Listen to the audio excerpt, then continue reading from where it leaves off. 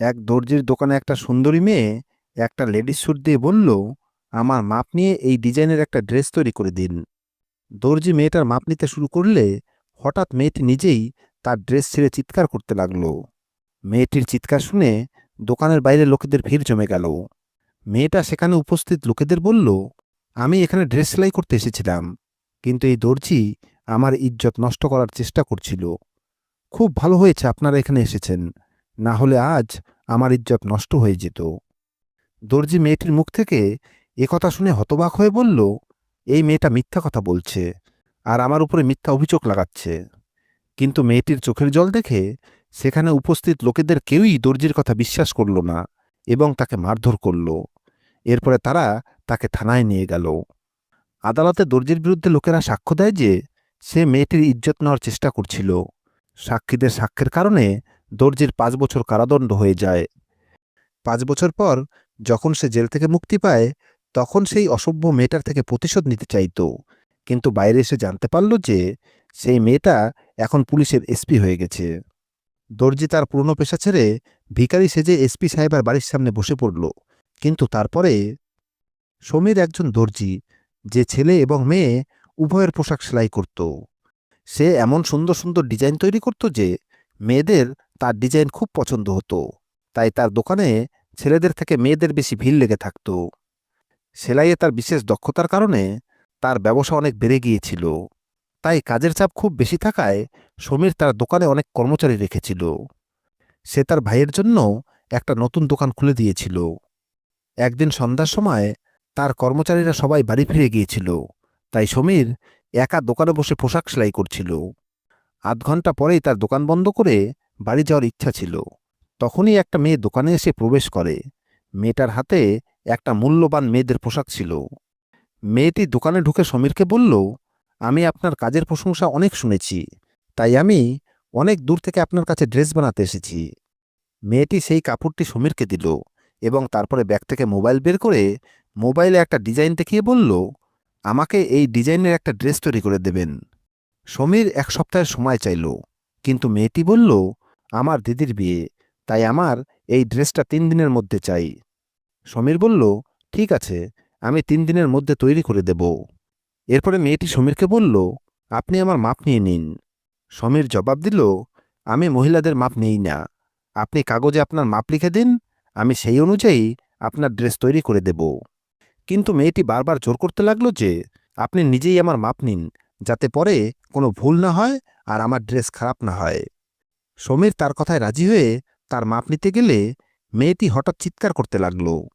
সমীর মেয়েটির এই অদ্ভুত আচরণে হতবাক হয়ে গেল। মেয়েটির চিৎকারে অর্ধেক বাজার জড়ো হয়ে ভিড় সমীরের দোকানের ভেতরে ঢুকল। ভিড়ের মধ্যে থেকে একজন মেয়েটিকে জিজ্ঞেস করল, কি হয়েছে, আপনি চিৎকার করছেন কেন? মেয়েটি উত্তর দিল, আমি এই দোকানে ড্রেস বানাতে এসেছিলাম, কিন্তু এই দর্জি ফাঁকা পেয়ে আমার ইজ্জত নষ্ট করার চেষ্টা করছে। মেয়েটির কথা শুনে সমীর বলল, এই মেয়েটা মিথ্যা কথা বলছে।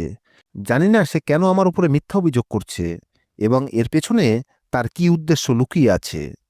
কিন্তু ভিড়ের মধ্যে থেকে কোনো একজন বলে উঠল, এই ধরনের লোকেরা এমনিতেই সুযোগের অপেক্ষায় থাকে, তাই এই সুযোগ সে কাজে লাগাতে চাইছে। একথা শুনেই বাদবাকি লোকেরা কিছু না ভেবেই সমীরকে মারতে শুরু করল। যার হাতে যা ছিল সে তাই সমীরের উপরে ছুঁড়ে মারতে লাগল। মার খেতে খেতে সমীরের অবস্থা যখন খারাপ হয়ে গেল, তখন ভিড়ের মধ্যে উপস্থিত এক বৃদ্ধ ব্যক্তি বললেন, আপনারা যা করছেন তা ঠিক নয়। আপনাদের আইন নিজেদের হাতে তুলে নেওয়া উচিত নয়, তার থেকে বরং একে পুলিশের হাতে তুলে দেওয়া উচিত, যাতে এর বিরুদ্ধে আইনি ব্যবস্থা নেওয়া যায়। লোকেরা বৃদ্ধের পরামর্শ মেনে নিল এবং তারপরে ভিড় সমীরকে মারতে মারতে থানায় নিয়ে গেল এবং দীপা নামের মেয়েটি ছেঁড়া কাপড়ে ভিড়ের সাথে সাথে থানায় পৌঁছালো। হট্টগোলের মধ্যে উপস্থিত লোকেরা থানার ইন্সপেক্টরকে বলল, এই দর্জি মেয়েটার সম্মান লুট করার চেষ্টা করছিল। মেয়েটির চিৎকার শুনে আমরা সেখানে পৌঁছে তাকে ধরে আপনার কাছে নিয়ে এসেছি। ইন্সপেক্টর মেয়েটির ছেঁড়া পোশাক দেখলেন এবং তারপর তার জবানবন্দি নিলেন। মেয়েটি বলল, এই দর্জি আমার সম্মান লুট করার চেষ্টা করছিল, কিন্তু ভগবানের আশীর্বাদে এই লোকেরা আমার জীবন এবং সম্মান বাঁচিয়েছেন। সেখানে উপস্থিত লোকেরাও দর্জির বিরুদ্ধে সাক্ষ্য দিল, যার কারণে তাকে জেলে পাঠানো হয়। পরে আদালত দর্জিকে 5 বছরের কারাদণ্ড এবং 2 লক্ষ টাকা জরিমানার সাজা শোনায়। এই খবর সমীরের কাছে পাহাড়ের মতো ভারী ছিল, কারণ সে স্বপ্নেও ভাবেনি যে তার সঙ্গে এমন কিছু হতে পারে। কিছুদিন আগেও তার ব্যবসা দ্রুত বাড়ছিল। পুরো শহরের লোকের মুখে মুখে তার দোকানের আলোচনা ছিল এবং লোকেরা তার ডিজাইন খুব পছন্দ করত। কিন্তু এখন তার অবস্থা এই হয়ে গেছে যে এখন তার দোকান সামলানোর মতো কেউ ছিল না। সমীরের ভাই অন্য শহরে কাজ করত। এছাড়াও সমীরের কর্মচারীরা এতটা অভিজ্ঞ ছিল না যে তারা নিজেরা কাজ সামলাতে পারত। জেলে বসে সমীর বারবার ভাবছিল, এই মেয়েটা কে আর আমার সঙ্গে কেন এমন করল। সমীর নিজের অতীতের দিকে তাকাতে লাগলো যে আমার এমন কি ভুল হয়েছে, আর আমি এমন কি করেছি যে দীপা নামের এই মেয়েটা আমার শত্রু হয়ে গেল। দীপাকে সে প্রথমবার দেখেছে, এর আগে তাদের কখনোই দেখা হয়নি। তবুও কেন মেয়েটি তার সঙ্গে এমন করল। সমীরের বাবা আগেই মারা গিয়েছিল। যখন ওর মা ছেলের গ্রেপ্তারের খবর শুনল, তখন তিনি দৌড়াতে দৌড়াতে জেলে ছুটে এলেন। মায়ের মুখের অস্থিরতা দেখে সমীর তাকে সান্ত্বনা দেয় এবং বলে, মা, আমি একজন আইনজীবীর সাথে কথা বলেছি। সে বলেছে খুব তাড়াতাড়ি আমার জামিন হয়ে যাবে। মা চিন্তিত হয়ে জিজ্ঞেস করলেন, সেই মেয়েটা কেন তোর সাথে এমন করল? তার সাথে কি তোর কোনো শত্রুতা আছে? সমীর তার মাকে জবাব দিয়ে বলল, মা, আমি তাকে চিনিও না আর জানিও না সে কেন এমন করল। সমীরের মা কিছুক্ষণ ভাবল এবং তারপরে বলল, হতে পারে অন্য কোনো দোকানদার তোর ব্যবসায় ঈর্ষান্বিত হয়ে এই মেয়েটাকে তোর দোকানে পাঠিয়েছে, যাতে তোর দোকান বন্ধ হয়ে যায়। সমীর বলল, আন্দাজে এখনই এটা বলা তাড়াহুড়ো হবে। আপাতত আমি কিছুই বলতে পারছি না, তবে আমি তোমার কাছে প্রতিজ্ঞা করছি যে আমি সত্যিটা জানার জন্য যথাসাধ্য চেষ্টা করব। সমীরের জেলে থাকা কয়েকদিন হয়ে গেল। সময়ের সাথে সাথে তার উদ্বেগ বেড়ে যাচ্ছিল, কেননা দোকান সামলানোর মতো কেউই ছিল না। দুর্গাপুজো এগিয়ে আসছিল আর অনেক ড্রেস দুর্গাপুজোর আগে কাস্টমারকে তৈরি করে দিতে হতো, কিন্তু তার অনুপস্থিতিতে সেটা সম্ভব ছিল না। আইনজীবীর কাছ থেকেও কোনো ভালো খবর পাওয়া যাচ্ছিল না। তার জামিনের আবেদন খারিজ হয়ে যায়। আদালত তার সাজা এবং জরিমানা দুটোই বহাল রাখে।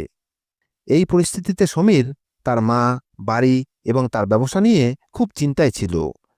জেলে প্রতিটা দিন তার কাছে কয়েক যুগ বলে মনে হচ্ছিল এবং 5 বছর তার কাছে 50 বছরের মতো দীর্ঘ মনে হচ্ছিল।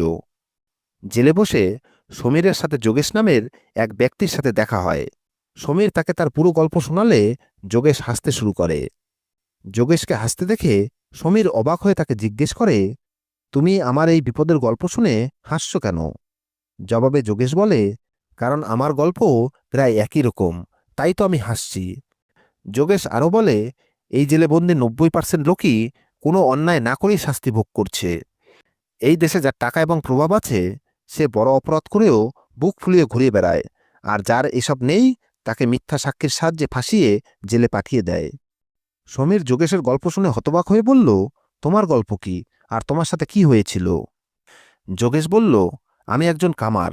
লোহার জিনিস তৈরি এবং বিক্রি করাই আমার কাজ। একদিন আমি দোকান থেকে কিছু জিনিসপত্র নিয়ে বাড়ি ফিরছিলাম। তখন রাস্তায় একটা লোককে পড়ে থাকতে দেখলাম। তাকে দেখে আমি টেনশনে পড়ে গেলাম, কেননা সে জল জল বলে চিৎকার করছিল। আমার মনে হলো সে কোনো বিপদে পড়েছে, তাই আমি জলের বোতল নিয়ে তার কাছে গেলাম। কিন্তু তার কাছে পৌঁছে দেখলাম সে জীবন মৃত্যুর সাথে লড়াই করছে। সে মুখে জল চাইছে, কিন্তু তার অবস্থা এমন খারাপ যে সে জল খেতেও পারছিল না।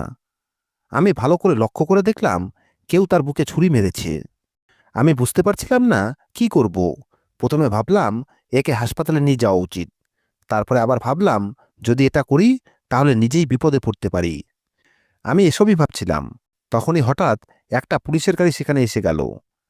পুলিশ গাড়ি থেকে নেমে দেখল একজন লোক বুকে ছুরি মারা অবস্থায় মাটিতে পড়ে আছে, আর আমার হাতে লোহার কিছু জিনিসপত্র আছে। তারা আর কিছু না শুনেই ধরে নিল যে আমি তার বুকে ছুরি ঢুকিয়েছি, তাই তারা সঙ্গে সঙ্গে আমাকে গ্রেপ্তার করে নিল। আমি বারবার ঝাঁপাই দিতে থাকলাম যে আমি একে এইভাবে রাস্তায় পড়ে থাকতে দেখে একে সাহায্য করতে চাইছিলাম। তখনই আপনারা এসে আমাকে ধরে নিলেন, কিন্তু কেউ আমার একটা কথাও বিশ্বাস করল না। লোকটি মারা গেলে সমস্ত দোষ আমার উপরে চাপিয়ে আমাকে যাবজ্জীবন কারাদণ্ড দেওয়া হয়। আমি এই জেলে বহু বছর ধরে আছি, কিন্তু এখন আমি এই জেলের জীবনে ক্লান্ত হয়ে পড়েছি। তাই আমার মনে শুধু একটাই প্রার্থনা, যেন আমাকে তাড়াতাড়ি ফাঁসি দিয়ে দেওয়া হয়। যোগেশের সমস্ত কথা শুনে সমীর বলল, তুমি এ কেমন কথা বলছো? তোমার কি ফ্যামিলির কথা একটু মনে পড়ে না? তোমার পরে তাদের কি হবে? কামার একটু হেসে বলল, আমার থাকা না থাকাতে কারো কিছু যায় আসে না। আমার বউ আমাকে ছেড়ে চলে গেছে, আমার বাবা মাও মারা গেছেন, এবং যে ভাইদের আমি কষ্ট করে লেখাপড়া শিখিয়েছি তারা এখন ভালো জায়গায় পৌঁছে আমার সাথে সমস্ত সম্পর্ক ভেঙে দিয়েছে। তারা জানে আমি বিনা অপরাধে জেলে শাস্তি ভোগ করছি, কিন্তু তা সত্ত্বেও তারা একবার শুধু আমার সঙ্গে দেখা করতে এসেছিল। তারপরে তারা আর কখনো আমার খবরও নেয়নি। এরপরে যোগেশ গভীর শ্বাস নিয়ে বলল, ভাই, দুনিয়াটা এমনই। যখন বিপদ আসে তখন আপনজনও ছেড়ে চলে যায়, কিন্তু যখন মানুষ ধনী ও সুখী হয় তখন লোকেরা তার সঙ্গে বন্ধুত্ব করার জন্য ছুটে আসে। সমীর কামারকে বলল, আমি তোমার কথার সঙ্গে পুরোপুরি একমত, কিন্তু তোমার শুধু এই প্রার্থনাই করা উচিত যেন জীবনের এই খারাপ সময় কেটে যায়। এরপর সমীর কামারকে জিজ্ঞেস করল, তুমি যদি কিছু না মনে করো তাহলে আমি তোমাকে একটা প্রশ্ন করতে চাই। তোমার জীবনে কি কখনো এমন কিছু ঘটেছে যার জন্য তুমি এখনো আফসোস করো? মানে এমন কিছু যেটা না হলেই ভালো হতো? কামার কিছুক্ষণ চুপ থেকে বলল, হ্যাঁ, একটা বিষয় আছে যেটা নিয়ে আমার সারা জীবন আফসোস থাকবে। একবার আমি আমার দোকানে বসে দা, কাঁচি, চাকু, ছুরি এসব ধার দিচ্ছিলাম। সে সময় আমার বউ আমার জন্য নিয়ে আসা খাবার দিয়ে চলে গিয়েছিল। আমি ভেবেছিলাম কাজটা শেষ করে তারপরে আরাম করে খাবার খাবো, কিন্তু তখনই একটা বিড়াল এসে আমার খাবারে মুখ দিয়ে দেয়, আর খাবার মাটিতে পড়ে নষ্ট হয়ে যায়। সেদিন দুপুরে আমি খুব ক্ষুধার্ত ছিলাম, তাই বিড়ালটির উপর আমার ভীষণ রাগ হয়েছিল। পরের দিনও বউ আমার জন্য খাবার রেখে যাওয়ার পরে বিড়ালটি আবার আমার খাবার নষ্ট করে দিল। তাই আমি ভাবলাম এই বিড়ালটাকে ধরে দূরে জঙ্গলে ছেড়ে দিয়ে আসব। পরের দিন যখন বিড়ালটা আমার দোকানে ঢুকলো তখন আমি ভেতরের দরজা বন্ধ করে দিলাম, জানালাও ভালোভাবে বন্ধ করে দিলাম যাতে সে বাইরে পালিয়ে যেতে না পারে। এরপর আমি টর্চ জ্বালিয়ে ঘরে তাকে খুঁজতে লাগলাম। কিছুক্ষণ পরে দেখলাম বিড়ালটা এক কোণে চুপ করে বসে আছে। এরপরে যখনই বিড়ালটাকে ধরতে গেলাম তখন সে জোরে লাফ দিয়ে সোজা চুল্লিতে পড়ে গেল। বিড়ালটাকে চুল্লিতে পড়তে দেখে আমার হুঁশ উড়ে গেল, আর আমি সঙ্গে সঙ্গে তাকে বাঁচাতে চাইলাম, কিন্তু অনেক চেষ্টা করেও তাকে বাঁচাতে পারিনি। এই ঘটনার জন্য আমার খুব আফসোস হচ্ছিল, কেননা আমি যদি তাকে ধরার চেষ্টা না করতাম তাহলে বেচারি বেঁচে থাকত। এই ঘটনার কয়েকদিন পরে যখন আমি আমার দোকানের ছাদে গেলাম তখন দেখলাম সেখানে 3টি মৃত বিড়াল ছানা পড়ে আছে। সেই বেচারারা তাদের মায়ের অপেক্ষায় বসেছিল, ভাবছিল তাদের মা তাদের জন্য খাবার নিয়ে আসবে। কিন্তু আফসোস, তাদের মা এই দুনিয়াতে নেই, এবং মায়ের অপেক্ষায় সেই নিষ্পাপ ক্ষুদেরাও ক্ষুধায় ছটফট করে মারা গেছে। মাঝে মাঝে আমার মনে হয় কোনো দোষ না করেও আমি যে এই মামলায় ভয়ানকভাবে ফেঁসে আছি তার কারণ হয়তো সেই বিড়ালের অভিশাপ। এরপর কামার সমীরকে জিজ্ঞেস করল, তোমার জীবনেও কি কখনো কোনো অনুশোচনা হয়েছে?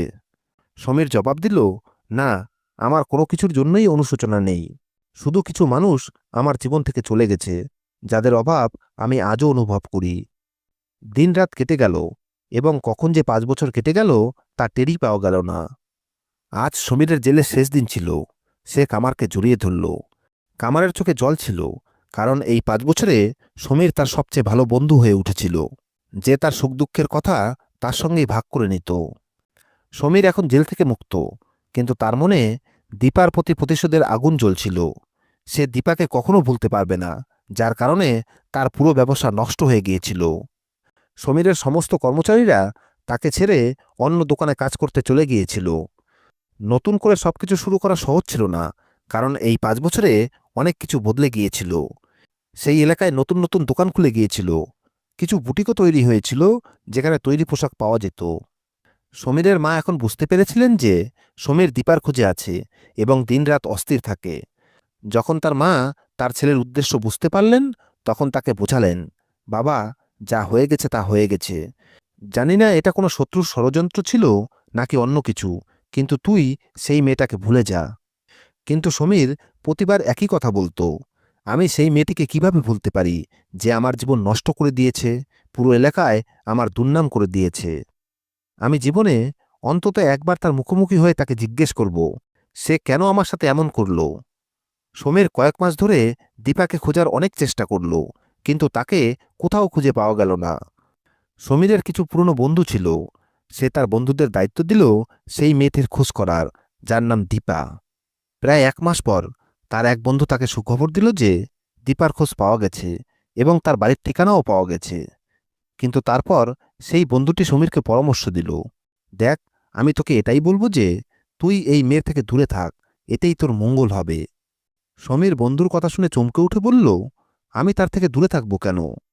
সমীরের বন্ধু বলল, কারণ সে চাকরির পরীক্ষায় পাশ করে এখন এসপি হয়ে গেছে। সমীর হতবাক হয়ে গেল। তার বিশ্বাসই হচ্ছিল না যে সেই মেয়েটা অফিসার হতে পারে, কেননা সে তো চিটার বাটপার এবং মিথ্যাবাদী ছিল, যার কারণে আমার পুরো ভবিষ্যৎ নষ্ট হয়ে গেছে। এরপরে সমীর মনে মনে ভাবল, না, আমাকে নিজেই খতিয়ে দেখতে হবে সে সত্যিই অফিসার কিনা। পরের দিন সকালে সমীর বাড়ি থেকে বেরিয়ে এসপি সাহেবার বাড়ির সামনে গিয়ে দাঁড়ালো। কিছুক্ষণ পরে সে দেখল একটা বড় গাড়ির ভেতরে দীপা বসে, সঙ্গে কয়েকজন কনস্টেবল ছিল। দীপাকে দেখে 5 বছর আগে সেই দৃশ্য আবার তার চোখের সামনে ভেসে উঠল। সেই দিন যখন দীপা তার দোকানে এসেছিল এবং নিজের কাপড় ছিঁড়ে ফেলেছিল। আর আজকে নিরাপত্তা এত করা ছিল যে সে দীপার সঙ্গে কথা পর্যন্ত বলতে পারত না, যদিও তার মন তার সঙ্গে কথা বলতে চাইছিল। অবশেষে সমীর একটা উপায় বের করে ছদ্মবেশে ভিখারি রূপে এসপির বাড়ির সামনে বসে পড়ল। তার আশা ছিল কখনো না কখনো দীপা তাকে দেখে দয়া করবে এবং ভিক্ষা হিসাবে কিছু টাকা দেবে, আর এটাই হবে সেই সুযোগ যখন সমীর তার সঙ্গে কথা বলতে পারবে আর তাকে জিজ্ঞেস করতে পারবে যে সে কেন তার সাথে এমন করল।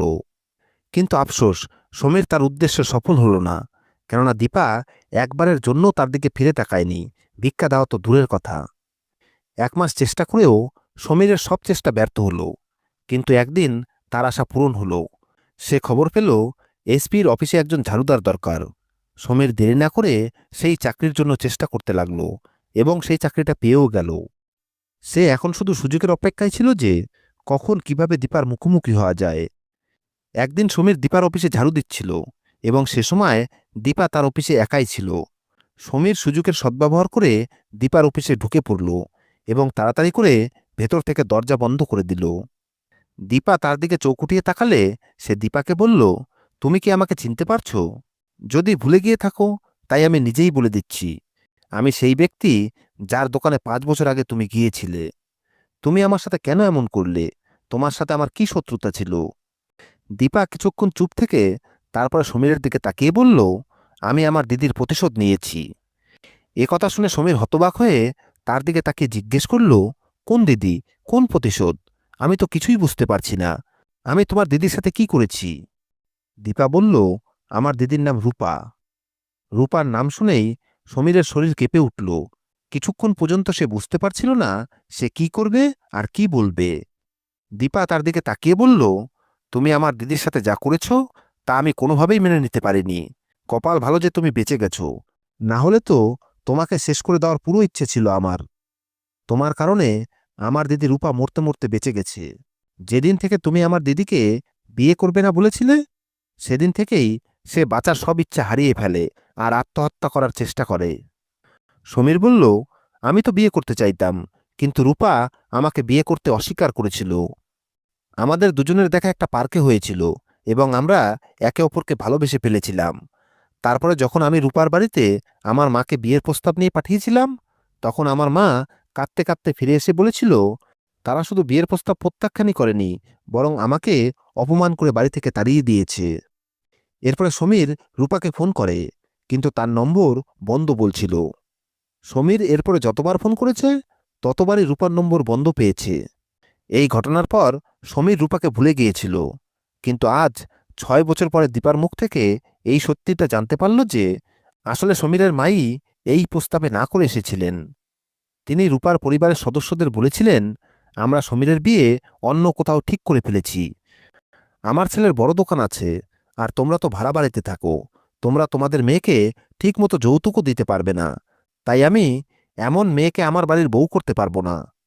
এরপরে দীপা আরও বলতে লাগলো যে সেই দিনে আমি প্রতিজ্ঞা করেছিলাম আমি কঠোর পরিশ্রম করে এই সমাজে নিজের একটা পরিচয় তৈরি করব, কারণ এই দুনিয়ায় গরিবের কোনো সম্মান নেই, সবাই টাকাকেই সম্মান করে। দীপার মুখ থেকে একথা শুনে সমীর ছুটে গিয়ে মাকে জিজ্ঞেস করল, মা, তুমি আমার সাথে কেন এমনটা করলে? তোমার কাছে কি ছেলের সুখের চেয়ে টাকাই দামি? সমস্ত কথা শুনে সমীরের মা লজ্জিত হয়ে কাঁদতে কাঁদতে বললেন, বাবা, আমাকে ক্ষমা করে দে। আমার খুব বড় ভুল হয়ে গেছে। আমি আমার বান্ধবীর মেয়েকে এই বাড়ির বউ করতে চেয়েছিলাম, কিন্তু তুই রূপাকে ভালোবাসতে শুরু করেছিলি। এই কারণেই আমি এসব করে ফেলেছি। কিন্তু এখন আমি আমার ভুলের প্রায়শ্চিত্ত করতে চাই, আর আমি নিজে গিয়ে রূপার কাছে ক্ষমা চাইব। সমীর তার মাকে নিয়ে রূপার বাড়িতে গেল। সমীরের মা তার কাছে ক্ষমা চাইলেন।